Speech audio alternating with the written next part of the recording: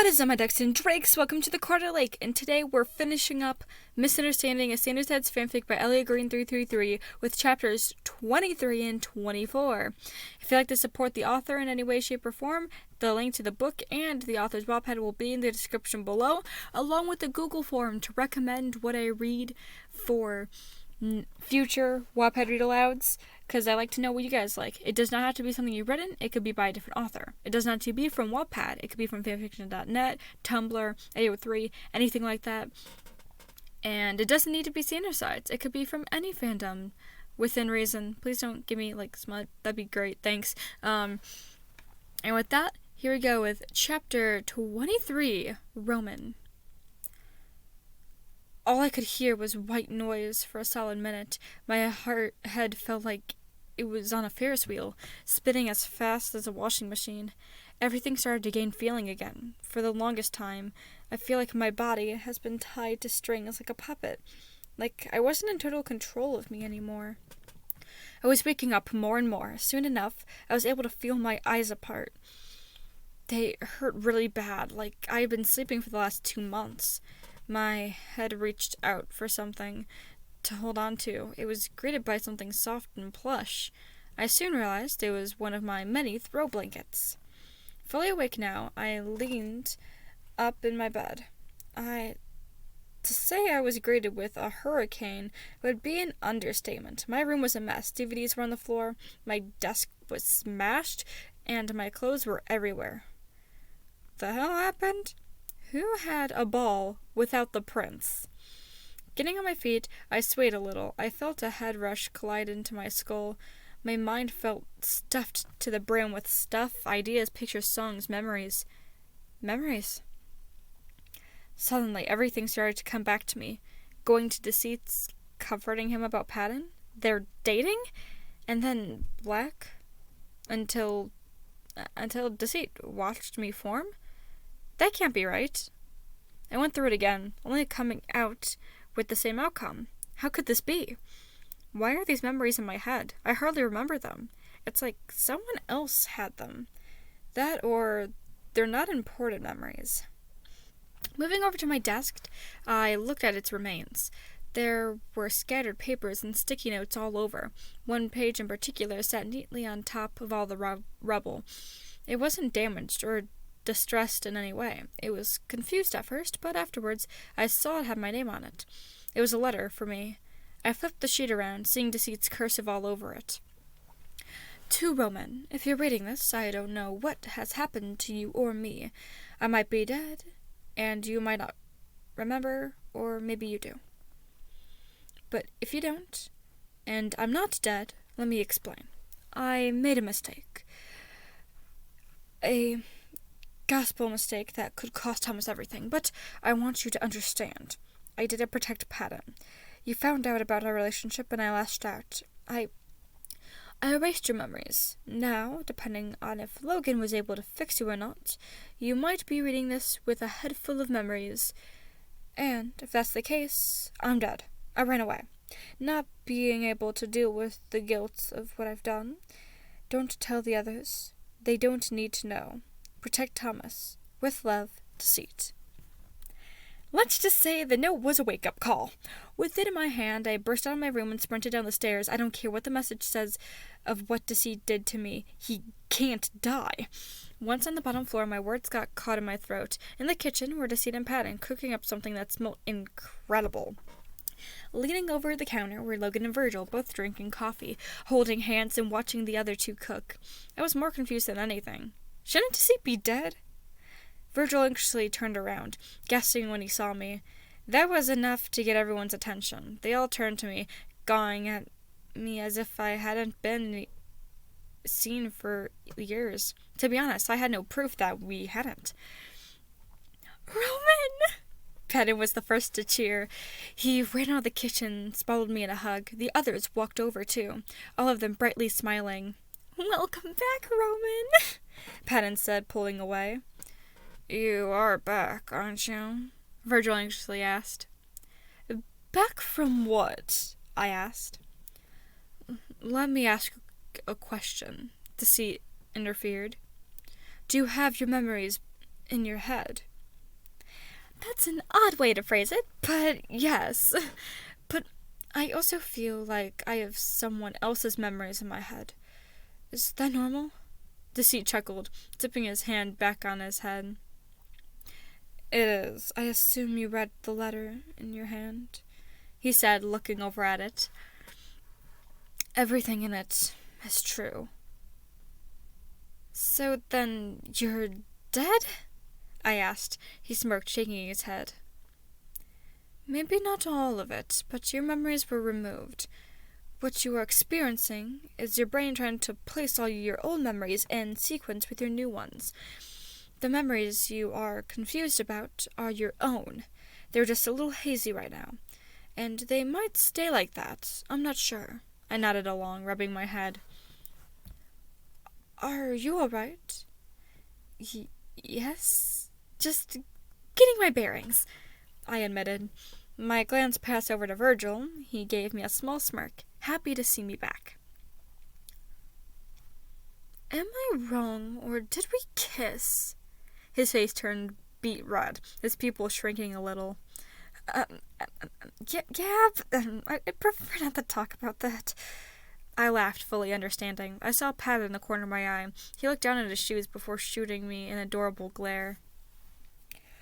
I'm sorry, Patton. If I'd have known, I would have tried to almost break your relationship. I was just jealous and didn't understand. It's all right, kiddo. He rubbed his arm, taking a quick breath. Do you still mean what you said? Do you still give us your blessings?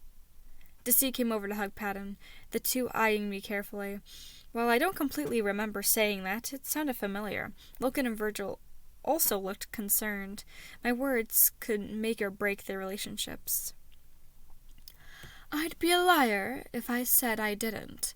It's not right of me to break up what is clearly meant to be. It's my job to keep Thomas happy, and that also means keeping you guys happy. They all exchanged happy glances. Deceit pulled Patton into a kiss while Logan just pecked at Virgil's cheek. After that, we all sat down. They explained to me all that had happened. The memories in my head started to make more and more sense. Everything was piecing together like a puzzle. I was whole again. I was me. Part 24. Patton.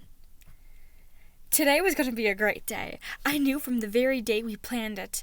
I knew it a week ago. I knew it from the very second I rolled out of bed this morning. Today was going to be a great day. Today, I get married. Well, kind of. It's not an official wedding or anything, but Deceit and I have been together for almost 2 years. We've had such a strong connection from day one, and now, it's our final day as boyfriends. I'm a little nervous. Logan was currently ironing my suit in my room while I was in my bathroom doing my hair. I was shaking so much I was having trouble putting the bobby pin in my hand into my curls. It must have been longer than I thought, because before I knew it, there was a knock on my door. Are you all right in there, Patton? The logical side on the other side questioned. Yeah, just super nervous, kiddo. I'm fine. I stuck the pin in my hair, watching it fall out of my hair in front of me. I sighed, picking it up and looking at it. Why aren't you making this easy? I huffed at it. I'm afraid taking problems out on your hair products will not help you in the slightest, Patton.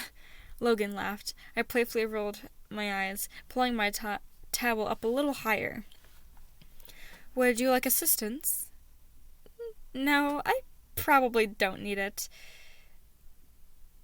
I probably do, actually, I grumbled, opening the bathroom door. I handed the pin to Logan with a sly smirk. He started fiddling with my hair to get everything just right. Are you ready? He asked, breaking the silence. Yes and no. I mean, I'm totally ready to be an official with Dee Dee, but I don't want to mess anything up, you know? I mean, how are you so calm when you and Virgil had your wedding? I asked. Logan hummed a small laugh, flushing red. You should know by now, Patton, I am very skilled in the art of a straight face.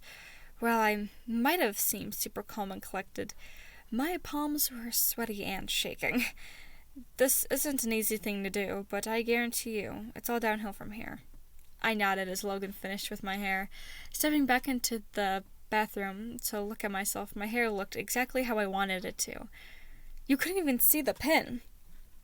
Thanks, Logan. I grinned, playing with my hair. You'll have to thank me again if you mess it up. Now, come on, wedding boy. Your suit is ready for you. He handed me a gray blazer and a light blue button-up. The gray pants were hanging off the hanger, neatly draped and clean. Shutting the bathroom door, I was extra careful when putting it on.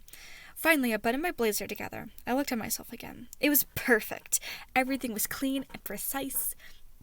I stepped out of the bathroom, catching Logan's attention. Sharp, he commented, coming over to help me with my tie. Thanks, Lo. I smiled. My hands started to get shaky. As Logan tied my tie, he chuckled a little. Before I knew it, he was done. That was the final step. The only thing left to do now was get married. I felt like throwing up, but in a good way. Is there a good way to throw up? You okay, Patton? You look a little green, Logan said, snapping me from my nerves. I'm so excited. I don't want to mess anything up. I just want it to be perfect for Dee Dee, for me, for everyone. The logical side grabbed my shoulder, forcing me to look at him. What did I tell you? It's only gonna get better from here. Meaning, no matter what happens today, it's only a small piece of the puzzle in your life. I nodded, not feeling much better after that. Logan walked me out of my room, taking my arm and helping me down the stairs. When we got to the bottom, my breath was gone. The entire living room was decked out in yellow and blue color scheme. There was flowers and balloons, a few small tables, and a grand archway where Deceit was standing. Everybody's head turned as we came down the stairs. Deceit smiled widely. He was wearing a black blazer and pants, a yellow button-up under all of that. His cape was around his shoulders, as well as a top hat on his head. He looked beautiful. Logan's right. There's nothing to worry about. Not when I'm marrying him. Roman was our makeshift priest. I know that sounds a little controversial since he had a crush on me before the incident, but ever since getting his memories back, he hasn't expressed any interest in me. I joined hands with Deceit under the archways. Neither of us could wipe the smiles from our faces. Today was great, and we aren't even wed yet. Light sides, dark sides, and Thomas. Today we gather in the Mind Palace to bind Patton Morality Sanders and Janice Deceit Sanders in marriage.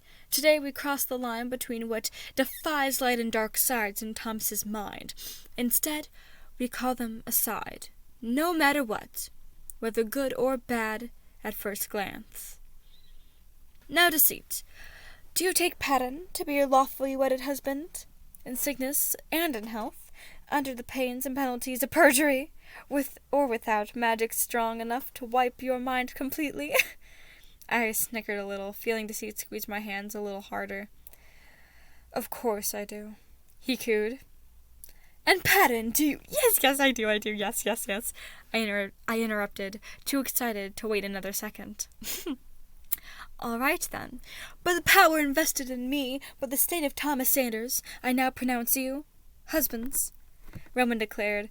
I bounced up, meeting lips with Deceit. I felt fireworks go off in my heart. This was all I wanted, all I needed. This was bliss, and I was living it with the love of my life.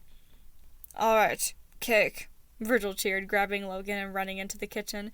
Roman and Thomas followed, leaving Dee and me alone for a second. We just stared at each other, neither of us wanting to ruin the moment with words. I love you, Patton. Let this day be the start of something beautiful between you and I. Let today be the future and everything else the past. I couldn't agree more. Thank you so much for joining me today. This was wonderful and beautiful, and I love this fic so much.